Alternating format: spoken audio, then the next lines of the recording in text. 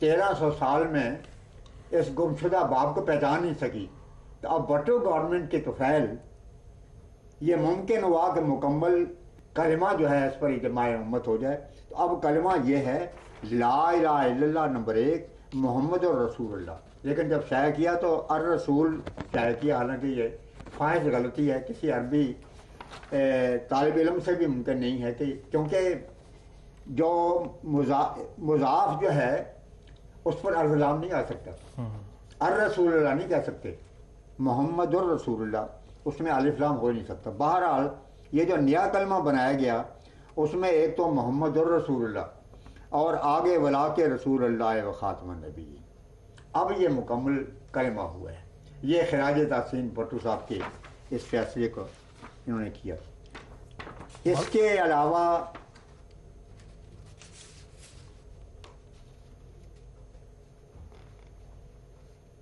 یہ ڈاکٹر سید عبداللہ صاحب صدر شعبہ دائرہ معارف اسلامیہ، یہ چیئرمین تھے اس کمیٹی کے جنہوں نے کہ پنجاب یونیورسٹی کی طرف سے شائع ہونے والا انسائکلوپیڈیا 13 جلدوں میں شائع کیا۔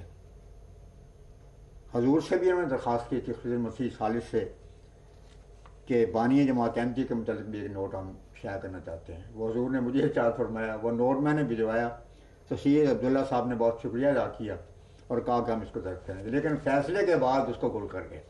تو بہرحال سید عبداللہ شاہ صاحب نے اس پر یہ کیا کہ میں قادیانیوں کے بارے میں اقلیتی فیصلہ ہو چکا ہے۔ اس طرح علماء کی وہ جد و جہد کامیاب ہو گئی جس کے لیے وہ تقریباً 100 سال بھرپور لڑائی لڑتے رہے، اور مجھے یہ کہنے دیجیے کہ لڑتے رہے۔ میں جب یہ کہتا ہوں کہ یہ لڑائی تنہا علماء نے لڑی تو بالکل حقیقت بیان کر رہا ہوں، یعنی یہ سارا فتنہ تکفیر کا ملاؤں کا ہی تھا۔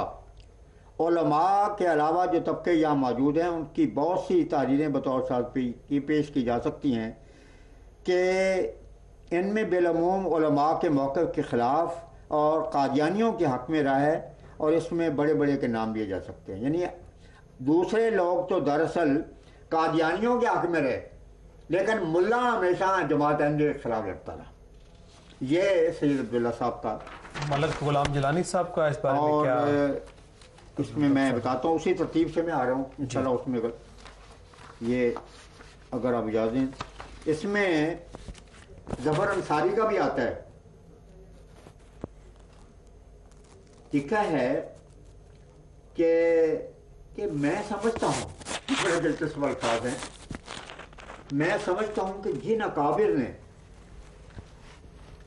ارباب اقتدار سے گفت و شنید اور مفاہمت کے نتیجے میں، یعنی فیصلے اسلامی معاملے میں قرآن و حدیث کو چھوڑ کے مفاہمت سے ہوئے ہیں، کیونکہ پالیٹکس کی سطح پر ہوئے ہیں، اس کے نتیجے میں یہ فارمولہ تیار کیا، وہی اس بات کے زیادہ اہل ہیں کہ اس کے مال ہو اور وما علیہ پر روشنی ڈالیں، آئندہ کے لیے تدابیر اور اقدامات بھی سوچیں، فارمولے میں درج شدہ دفعات جس تک مؤثر ہیں وہ بھی رفتہ رفتہ واضح ہو جائے گا۔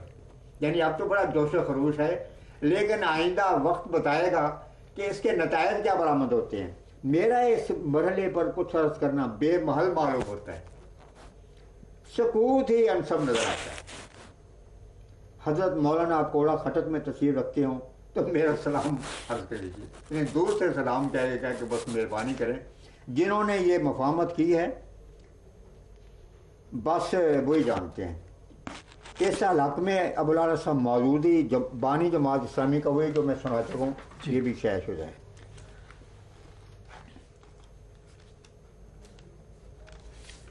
اچھا، اس کے علاوہ جن حضرات نے اس موقع پر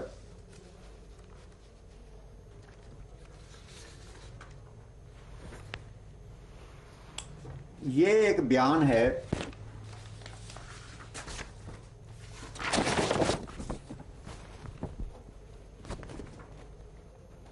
جو ایک عالم دین نے دیے ہے، میں دیکھ رہا ہوں کہ جہاں کے دینے والے कौन बुजुर्ग हैं, ये हज़रत मौलाना मोहम्मद अशरफ साहब सदर शोबा अरबी इस्लामिया कॉलेज की शाबत। बहुत लंबा है ये बयान,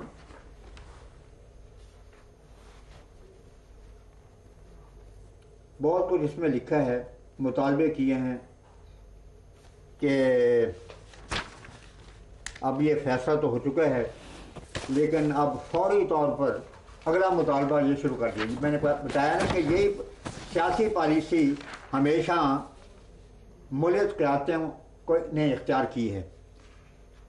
तो पहले जोर डाला भुट्टो साहब पर कि ये इतना फैसला कर दें बस इस्लाम जिंदा हो जाएगा और इस्लामी हुकूमत कायम हो जाएगी। चुनांचे अजीब बात है, तहामी साहब ने, वो मैं भी यहाँ जो हसन तहामी साहब जो कि शाह फैसल साहब का पैगाम लेकर आए थे, उन्होंने रात को इस फैसले के बाद ये इस पर तासुर बयान किया कि अल्हम्दुलिल्लाह फैसला हो गया है और अवाम के उमंगों के मुताबिक हुआ है। आसलम ने यही फरमाया था कि आखिरी ज़माने में मुसलमान हुकूमतें अवाम के ख्यालात के मुताबिक फैसला करेंगी, ये कंज़ुल माल में मौजूद है।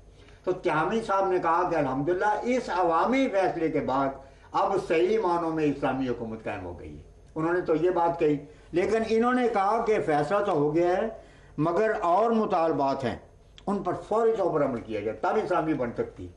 ये मज़ा का खेल देखें इक़दाम। इन्होंने, ये मैंने अर्ज़ किया नाम इनका मौलाना हज़रत, यानी अलकाब के सवा तो कोई जितनी गालियाँ देने वाला है मजीद को, वो हज़रत और मौलाना और फातह ख़त्म नबूवत के से कम तो कोई खिताब ही नहीं उसको दिया जा सकता। तो इन्होंने हज़रत मौलाना ने, बहुत बड़े हज़रत थे, फरमाते हैं कि फौरी अमल किया जाए, कादियानियों को फ़ौरन बरतरफ किया जाए, सरकारी मुलाजमतों में उनका कोटा उनकी आबादी के मुताबिक मुकर्रर किया जाए। हालांकि आप जानते हैं कि अक़लियत करार देने के माने ये होते हैं कि ये बेबस होकर रह गए हैं, इस वास्ते इनकी तादाद से बढ़कर उनको इनका हिस्सा मिलना चाहिए ताकि इनकी भी आवाज़ हो और अक्सरियत उनके तमाम हकूक़ को दबा न दे और गस्ब न कर ले। लेकिन मुल्ला ने यह कहा कि अब क्योंकि अक़लियत करार दे दिए गए हैं तो जहाँ जहाँ ये लोग पहले मौजूद हैं उनको वहाँ से हटा दिया जाए, ये देखा जाए कि इनकी तादाद कितनी है उसके मुताबिक दिया जाए। फिर रवा को खुला शहर बनाया, यानी अब वहाँ पर हमारा जाना, गालियाँ देना और गुंडागर्दी करना उसकी इजाज़त दी जाए, लिटरेचर को ज़ब्त किया जाए, इशार पर पाबंदी लगाई जाए और असम्बली जो है ये अपने करारदाद और फिर आराइयों के जो वली तक़वी और समीउल हक़ का मौक़िफ़ है वो सरकारी तौर पर अरबी में, अंग्रेज़ी में और उर्दू में चाहे किया जाए। ये लिखने के बाद अब ये लिखते हैं कि बात ये है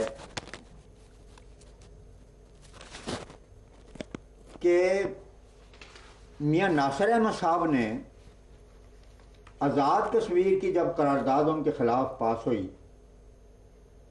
तो उन्होंने एक बयान दिया था। ये उसके कुछ इत्तबार लिखने के बाद हज़रत मौलाना फरमाते हैं कि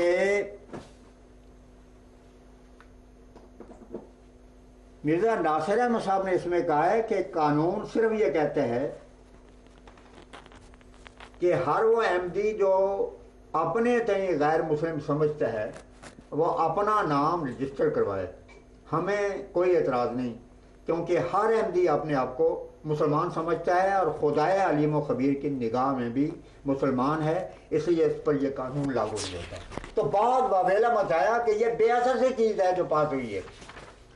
खुदा की अदालत में मियाँ नासिर अहमद कहते हैं कि हम मुसलमान हैं, कानून हमें मजबूर नहीं कर सकता। हम खुदा की अदालत में जो मुसलमान हैं, कानून हमें खुदा की अदालत में मुसलमान होने से कहाँ रोक सकता है। इसके बाद क्या लिखा है आगे, फिर तजावीज़ दी है